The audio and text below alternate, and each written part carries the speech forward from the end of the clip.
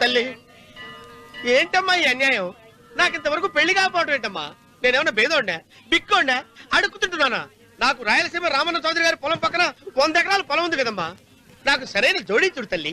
అమ్మా తల్లి, పోతురాజుపాలెంలో నాకు పెద్ద మేడ ఉంది, డిబ్బి సవర్ల బంగారం ఉంది. అయినా కూడా నా భాష బాగోదని ఎవరు నన్ను మనవాటానికి రావడం లేదమ్మా. మొట్టమొదటిసారి నీ గుడికి వచ్చా. నాకు పెనువిట్టి దొరికేటట్టు చెయ్యి. అలాగ చేస్తే నీ డిప్పీలో 30 రూపాయలేస్తా. డెప్పియా 30? ఈ భాష ఏంటి తల్లి? నీ పేరేంటి? ఎంకమ్మ.